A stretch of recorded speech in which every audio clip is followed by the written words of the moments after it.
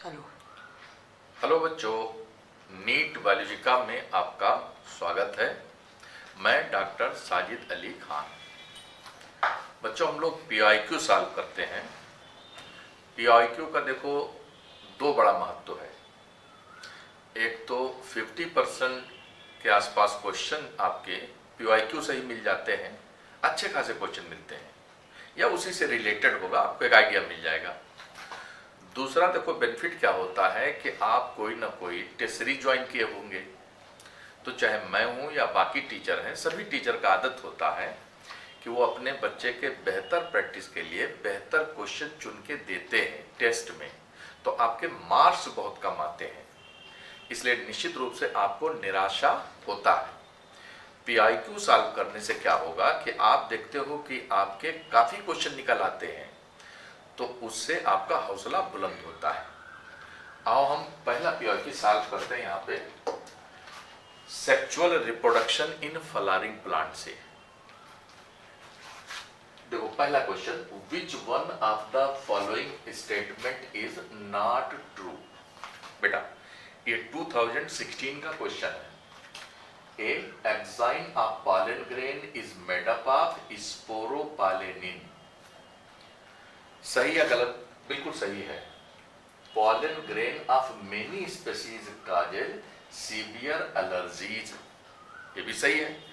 कोई एक नाम याद करो, पार्थेनियम या कैरेट ग्रास। देखिए यहां पर जो पॉलन एलर्जी काज करता है बहुत मशहूर है पार्थेनियम या कैरेट ग्रास। अगर आपको याद होगा तो ये कैरेट ग्रास इंपोर्टेड व्हीट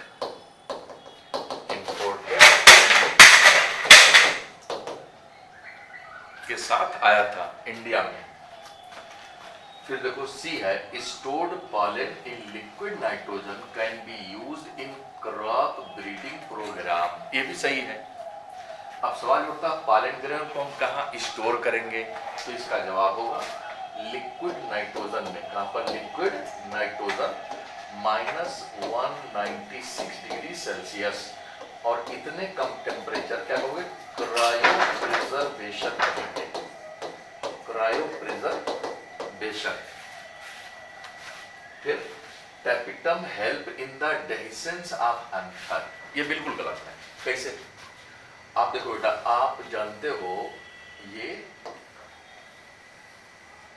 जो माइक्रोस्पोरेंजियम है 4 लेयर्ड वॉल का बना होता है।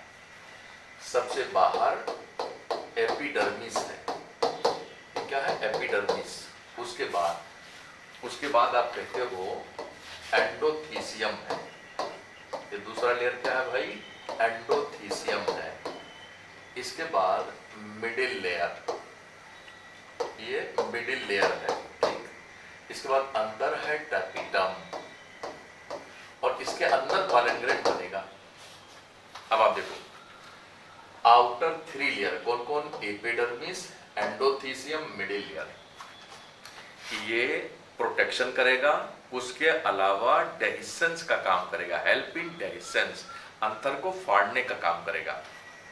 लेकिन जो टैपिटम है, इनर मोस्ट लेयर टैपिटम, इसका काम क्या होता है कि अंदर जो पॉलन ग्रेन बन रहे हैं उस पॉलन ग्रेन को खाना प्रोवाइड करेगा, ठीक। तो tapetum help in the dehiscence of anther, ये गलत है। टैपिटम क्या करेगा? एक तो एंजाइम और हार्मोन सीक्रेट करेगा, उसके अलावा it provide nutrition to developing pollen grain, ठीक।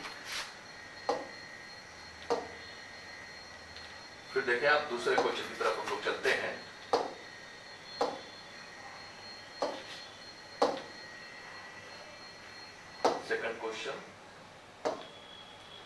सेकंड क्वेश्चन आ जाओ। दूसरा question, seed formation without fertilization in flowering plants involve the process of. Seed का बनना बिना फर्टिलाइजेशन के क्या कहलाएगा? आपको याद है कुछ? फ्रूट का बनना बिना फर्टिलाइजेशन के वो पार्थिनोकार्पी कहलाता है। फिर एम्ब्रियो का बनना बिना फर्टिलाइजेशन से ये पार्थिनोजेनेसिस कहलाएगा, और सीड का बनना बिना फर्टिलाइजेशन के ये कहलाता है एपोमिक्सिस। क्या कहलाएगा? एपोमिक्सिस। तीसरा क्वेश्चन आ जाओ।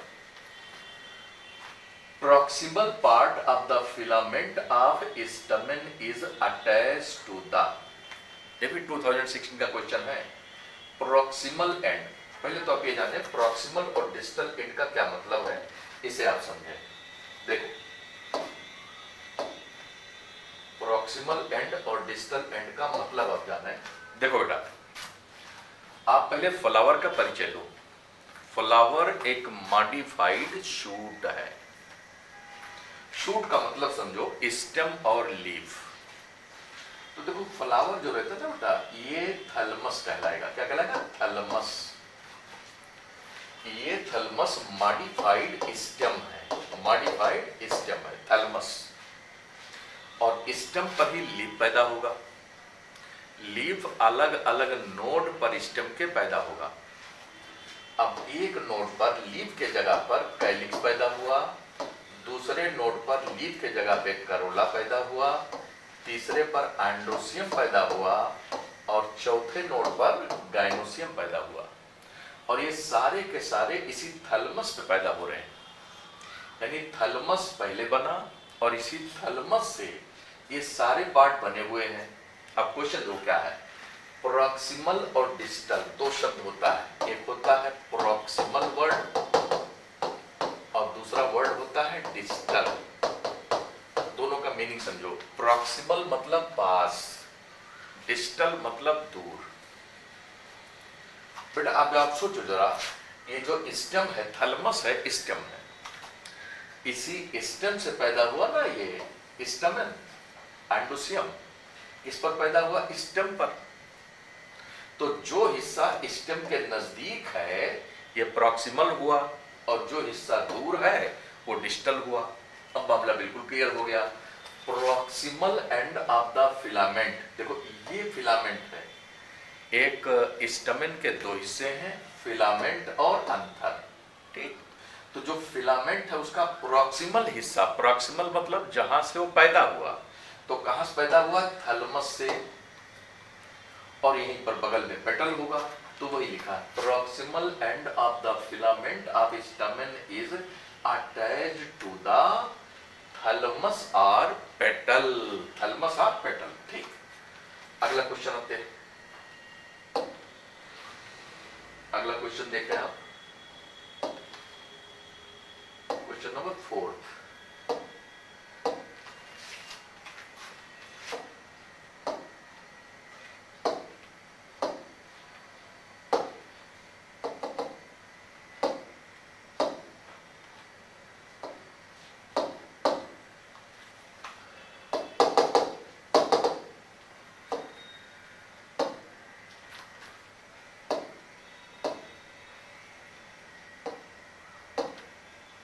क्वेश्चन नंबर 4 देखिए। The coconut water from the tender coconut represent. Coconut water, भाई आपने नारियल पिया होगा यार। नारियल देखो, कच्चा नारियल, तो उसके अंदर पानी रहता है ना, तो वही कोकोनट वाटर आप फ्रॉम टेंडर कोकोनट। अभी जो हरा वाला कोकोनट है उसी के अंदर वो है क्या? तो कुछ नहीं है, यह है फ्री न्यूक्लियर एंडोस्पर्म। क्या? Free nuclear endosperm. दो कहानी कैसे होती है। मान लीजिए क्वेश्चन इस लहजे में आ जाए, भाई अब तो असर्शन रीजन आएगा। असर्शन ऐसे आ जाए कि टेंडर कोकोनट का जो कोकोनट वाटर है वो फ्री न्यूक्लियर एंडोस्पर्म है। इसका क्या मतलब है? तो होता क्या है, ये देखो, ये पेन है। पेन का मतलब प्राइमरी एंडोस्पर्म न्यूक्लियस। अब इसमें फ्री न्यूक्लियर डिवीजन होता है। फ्री न्यूक्लियर डिवीजन मतलब खाली न्यूक्लियस बटेगा, साइटोप्लाज्म नहीं बटेगा, इसलिए सेल नहीं बनेगा। तो उसका अंजाम क्या हुआ? बहुत सारे न्यूक्लियाई बन गए, बहुत सारे न्यूक्लियाई बन गए। अब आगे फिर क्या हुआ? अब एक साथ वॉल फॉर्मेशन होगा। लेकिन वॉल फॉर्मेशन का अंदाज यहां क्या होता है कि कि वाल सिर्फ किनारे किनारे पोर्शन में बनता है ऐसे, तो ये कहो इनकम्प्लीट वाल फॉर्मेशन हुआ, ऐसे होता है। तो किनारे किनारे के हिस्सा सेल हो गए और ये व्हाइट कर्नल कहलाएगा। ये इडबल है, खाया जाता है। आप नारियल को देखो तो बाहरी हिस्सा आप खाते हो क्योंकि वो सेलुलर है, वहां सेल बन गया। जो अंदर का हिस्सा है यहां सेल नहीं बना, तो नहीं बना, तो इसमें हजारों की संख्या में न्यूक्लियाई है और ये लिक्विड फॉर्म में होगा। किस फॉर्म में होगा? लिक्विड फॉर्म में होगा। तो इसी को आप पीते हुए ड्रिंकिंग, क्या है ड्रिंकिंग, वही यहां लिखा है the coconut water from tender coconut represent क्या? Free nuclear endosperm. और ये ड्रिंकिंग टाइप का है, ये ड्रिंकिंग टाइप का है, व्हाइट कर्नल। अब क्वेश्चन ऐसे बन जाएगा कि बताओ ये ड्रिंकिंग क्यों है? तो उसके पीछे रीजन है इनकम्प्लीट साइटोकाइनेसिस। और जो साइटोकाइनेसिस होगा, वाल का फॉर्मेशन होगा, वो केवल किनारे के पोर्शन में होगा, बीच के पोर्शन में नहीं होगा। इसलिए किनारे किनारे सेल बना, इसलिए वो सॉलिड हो गया, वो इडबल है, वही व्हाइट कर्नल है। और जो बीच का पोर्शन है वो हजारों की संख्या में न्यूक्लियाई रखता है, ये ड्रिंकिंग टाइप का है, ठीक। तो वही फ्री न्यूक्लियर एंडोस्पर्म।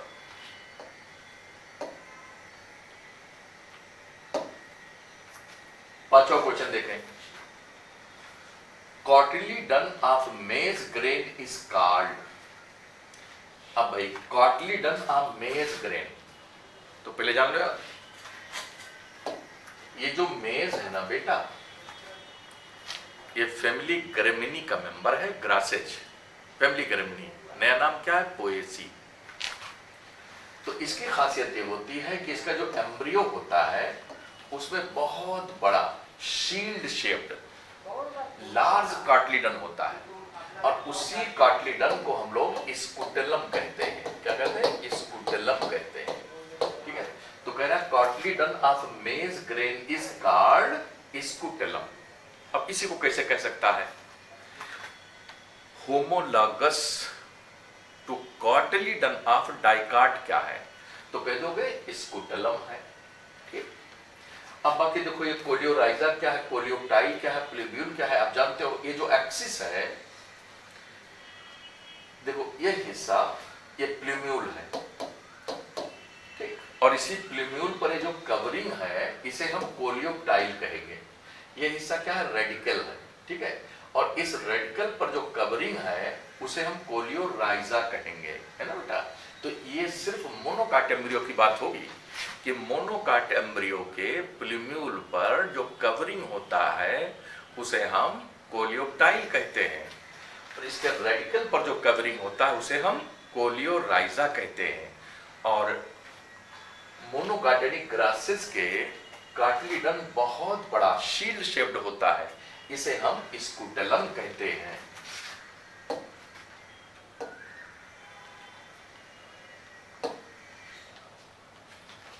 अगला क्वेश्चन देखें, which of the following statement is not correct?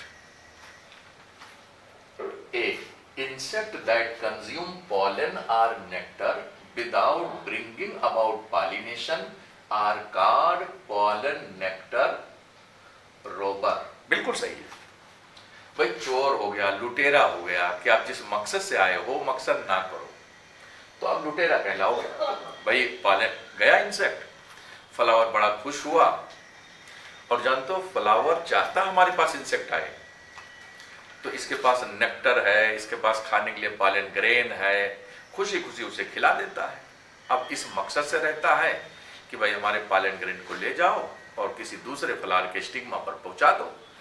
अब इंसेक्ट महोदय पहुंचे और जा करके बाकायदे उसका पॉलन ग्रेन खाए, नेक्टर खाए, दावत का मजा लिया, लेकिन जब पॉलिनेशन की बारी आई तो किए नहीं।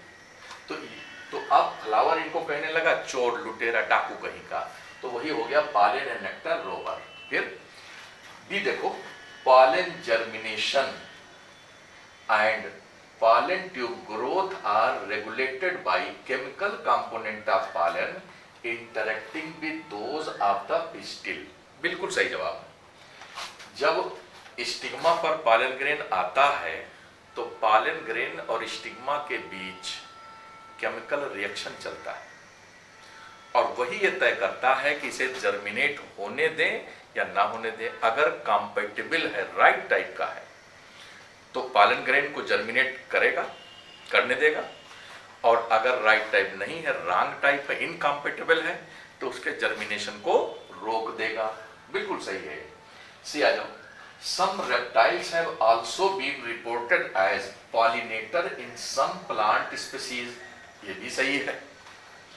Pollen grain of many species can germinate on the stigma of a flower, but only one pollen tube of the same species grows into the style. Pollen grain of many species can germinate. ये गलत, क्योंकि अभी हमने आपसे बताया कि जब pollen और पिस्टिल का इंटरेक्शन होगा, स्टिग्मा और पॉलन ग्रेन का, तो स्टिग्मा जो कंपैटिबल होगा उसी को जर्मिनेट करने देगा, बाकी को नहीं करने देगा, रिजेक्ट कर देगा।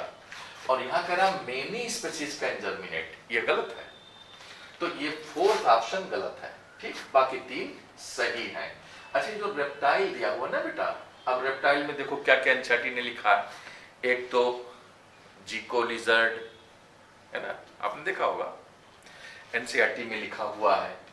तो कुछ रेप्टाइल्स भी हैं, जैसे जिको लिजर्ड है, तो ये लोग भी पॉलिनेशन करते हैं। अब आप देखें 7वां question. In majority of angiosperm egg has a filiform apparatus. बताओ यार, फिलीफॉर्म अपरेटस किसका कैरेक्टर है? एग का नहीं है बेटा, वो फिलीफॉर्म अपरेटस कैरेक्टर है सनर्जिड का,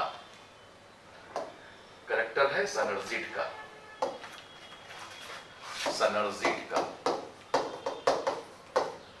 सनर्जिड्स का कैरेक्टर। कैसे? देखो, ये एम्ब्रियो सैक है। अब एम्ब्रियो सैक देखो, ये एग है ना बेटा, इसके पास कहां सनर्जिड है, कहां पे फिलीफॉर्म अपरेटस, ये है फिलीफॉर्म अपरेटस, ये है।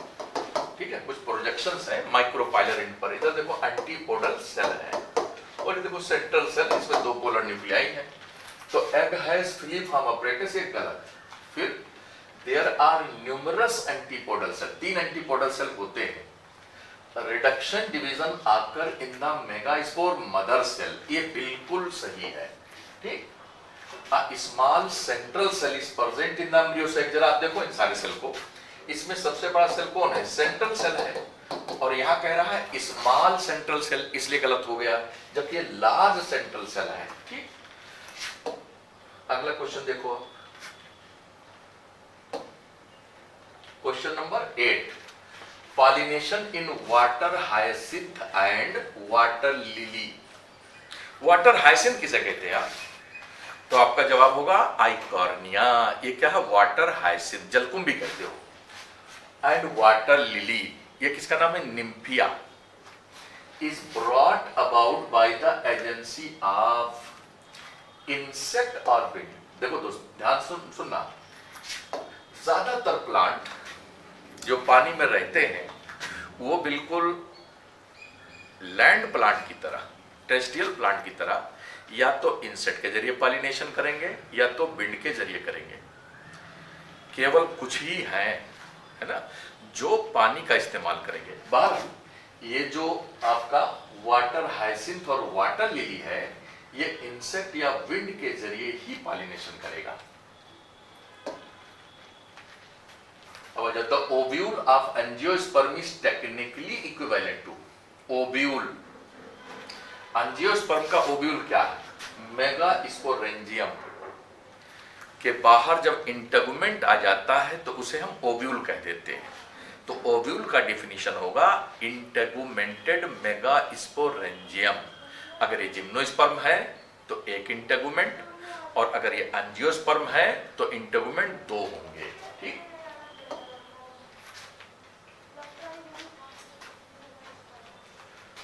attractant and rewards are required for entomophily। बताओ भाई, एंटोमोफिली क्या है? एंटोमोफिली का मतलब है पॉलिनेशन बाई इंसेक्ट।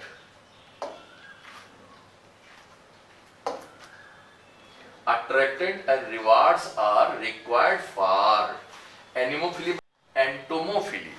एंटोमोफिली मतलब पॉलिनेशन बाय इंसेक्ट। तो कोई इंसेक्ट जाएगा किसी फ्लावर के पास तो किसी मकसद से जाएगा, और वो मकसद क्या है, कुछ न कुछ उसे पाना है। फिर क्लिस्टोगैमी, इसे पॉलिनेटर चाहिए ही नहीं, तो इसके लिए कोई मतलब नहीं। तो एंटोमोफिली यानी pollination by insect, pollination by insect, इसके लिए अट्रैक्टेंट और रिवार्ड चाहिए है। ठीक, आज यहीं तक, धन्यवाद। अब आप करिए।